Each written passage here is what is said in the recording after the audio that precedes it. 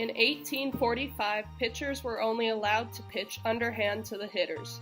This changed in 1884, when the rules allowed for pitchers to throw overhand, allowing for more advantageous, forceful throws that completely altered the game by greatly decreasing the number of hits and increasing the competitiveness of the sport.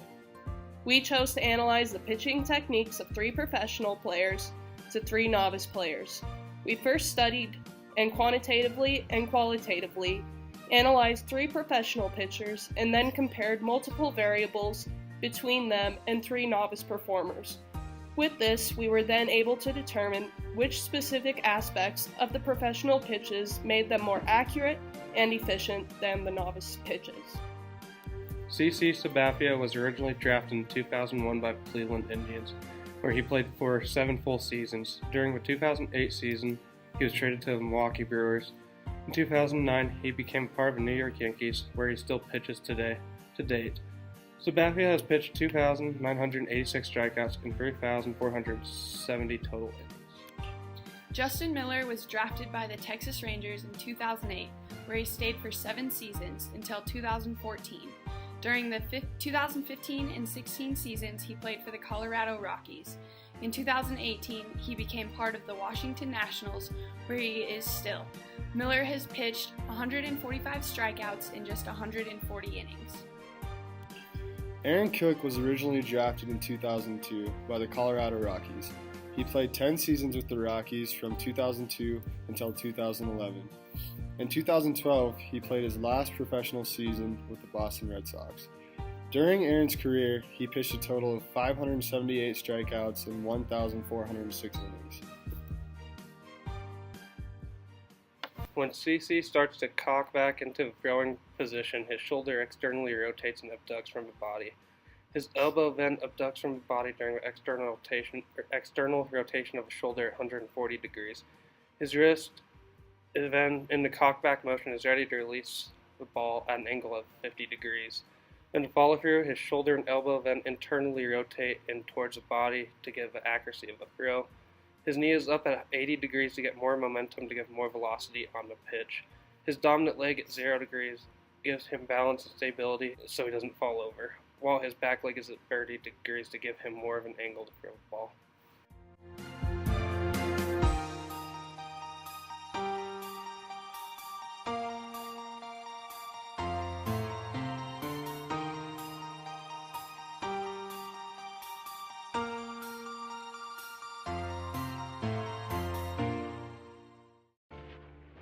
As I start to wind up for my pitch, my knee goes up to give me balance on the follow-through at 80 degrees. Looking at it, I don't bring my knee up as far as CC Sabathia does before I start the pitch. My shoulder and elbow then externally rotate away from my body.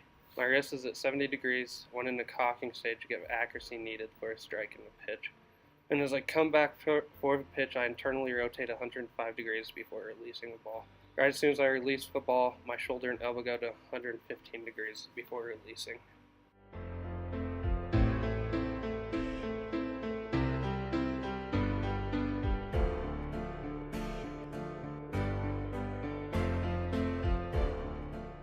When Justin Miller begins his throw and is in the early cocking position, his front knee is flexed at a 70-degree angle. When he transitions into the early acceleration position, with his throwing arm extended straight back, his body opens up laterally to his right, so his front leg bears the majority of his body weight, with his front knee slightly flexed at a 50-degree angle and his back knee flexed at a 60-degree angle, bearing very little weight on this leg. To complete the throw in one fluid motion, Miller brings his arm through, flexing at his shoulder and elbow joints, while medially rotating his trunk and shoulder and fully shifting his weight to his left leg. At the point of the release of the baseball, his right elbow and left knee are straightened to 0 degrees, and his shoulder is flexed at a 120-degree angle.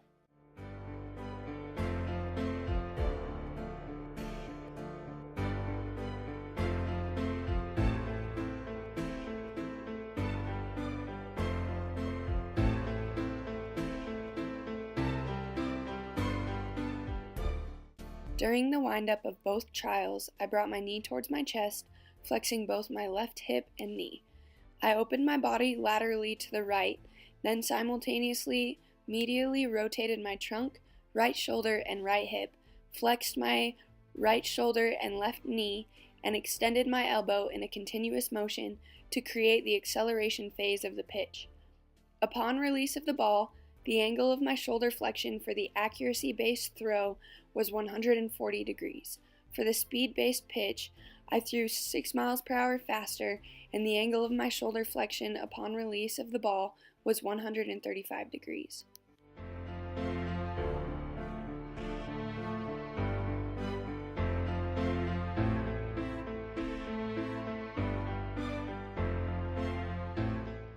As Cook prepares to throw in his cocking phase, his knee is flexed to create a step.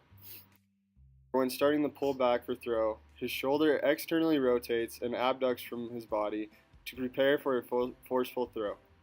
Then during his follow-through phase, or completing throw, his shoulder internally rotates and adducts towards his trunk to complete the throw and direct his pitch toward the batter. Right before the ball leaves Cook's hand, his arm is fully extended. Once the ball has left his hand, the shoulder is then at 120 degrees. During his throwing phase, his front knee extends to nearly 0 degrees to create a powerful step to throw while his back leg is still flexed at 50 degrees.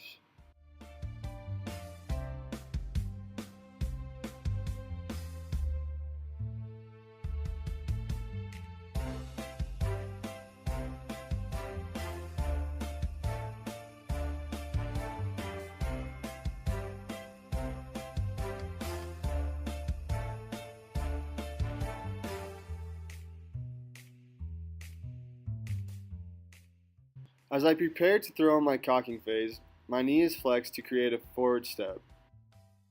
My shoulder externally rotates and abducts from my body. My elbow flexes to prepare for throw. When my follow-through phase begins, as my shoulder internally rotates and adducts toward my trunk to complete throw and direct my pitch toward the batter. Front knee extends to 60 degrees to create a powerful step to throw, while my back leg is still flexed at 50 degrees. During my follow-through, my elbow extends to about 10 degrees. Right before the ball leaves my hand, my shoulder is fully extended at 145 degrees during the accuracy throw, and during the speed test, my shoulder was at 115 degrees.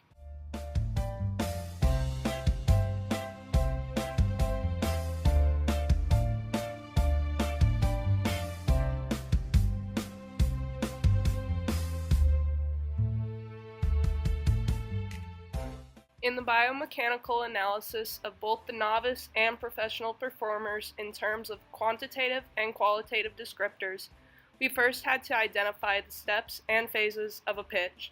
These steps included wind up, early cocking, late cocking, early acceleration, late acceleration, deceleration, and finally follow through. After identifying these steps, we then measured the angles of both the novice and professional pitchers in still pictures using a protractor at specific points in the pitch. We also qualitatively compared both populations by studying these videos and also watching footage of both. There have been many advancements both intrinsically and extrinsically that have increased the competitiveness of the sport of baseball and pitching itself.